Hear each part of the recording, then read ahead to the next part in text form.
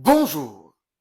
Boni Yahya connu les sommets, goûté au faste du pouvoir et traversé les tempêtes de la République comme un capitaine obstiné refusant d'abandonner son navire. Il est cette figure contrastée d'un homme à la fois charismatique et tourmenté, visionnaire et vulnérable, qui continue de fasciner et de diviser. Ses proches le décrivent comme un homme habité par la passion du pays, animé d'une flamme intérieure que ni le temps, ni les revers n'ont su éteindre.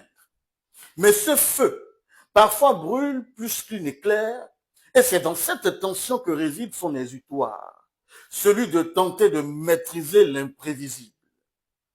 Au-delà d'une prétendue volonté de libérer le Bénin, c'est peut-être la flamme de la vengeance, le désir d'en découdre avec Talon à tout prix, qui a empêché Yahi d'entendre et encore moins d'accepter les appels de la résistance nationale visant à boycotter toutes les élections organisées par le pouvoir Talon. Ces derniers jours, le Parti Les Démocrates, dont il est le président, a livré au grand public l'un des épisodes politiques les plus allaitants de la décennie. Après une longue nuit de négociations, véritable veillée de pouvoir, le parti a enfin désigné son duo pour la présidentielle de 2026.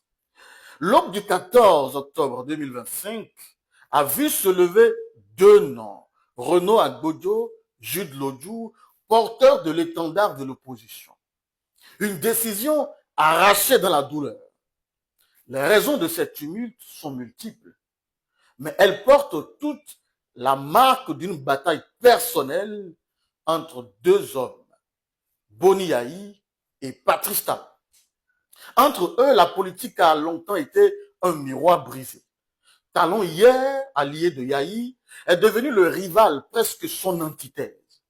Le premier gouverne avec méthode, froideur et calcul, une stratégie que certains saluent pour sa rigueur, mais que d'autres jugent distante, voire déshumanisée.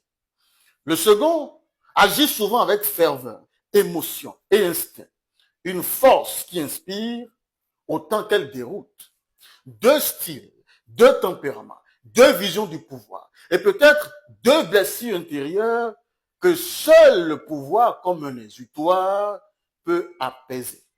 Talon avait vers 2010 verrouillé les chemins de la révision constitutionnelle, tirant sur tous les fils pour contenir l'ambition de Yahi.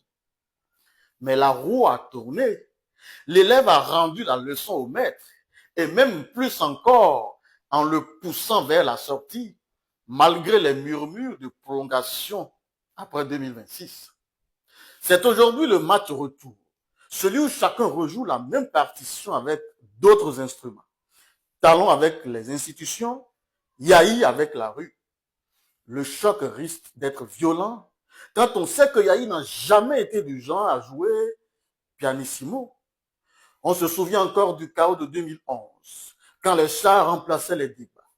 Yahi, dans sa volonté de reprendre la main sur le destin national, était il y a quelques jours à deux pas de réussir ce coup, lorsque subitement l'appareil de l'opposition fit une fois encore des à-coups.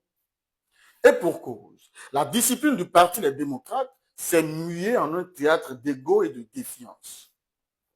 L'une des sources est sans doute ce même esprit de vengeance qui, depuis des années, a poussé Yahi à écarter Éric Rouleté des postes sensibles du parti pour s'assurer qu'à terme, ce soit lui qui en prenne la direction et puisse, une fois encore, frapper durement dans le camp Talon. Le symbole de cette fragilité, c'est cette affaire inédite où l'un des 28 députés du parti, ce nombre magique, censé offrir le strict minimum du parrainage requis pour participer à l'élection présidentielle, a réclamé par voie d'huissier le retrait de son formulaire de parrainage. Face au refus de Yahi de s'exécuter, ce qui est d'ailleurs antinomique dans un parti se réclamant démocrate, le tribunal s'est empressé de trancher comme si la décision était déjà écrite sous pli fermé. Boni doit remettre le parrainage au député plaignant, ou la Sénat en délivrera un autre. Une gifle institutionnelle, une blessure politique, mais surtout une fissure morale au sein du parti d'opposition. Ce désordre interne rappelle les vieux démons du leadership, ce talon d'Achille qui colle à la peau de nombreux chefs suprêmes de parti. Yahi veut tout embrasser, tout diriger, tout sauver. Une ardeur qui impressionne autant qu'elle épuise son entourage.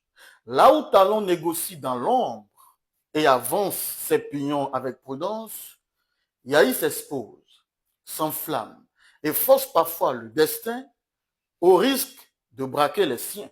Mais à bien y regarder, chacun porte à sa manière la même tentation de contrôle absolu.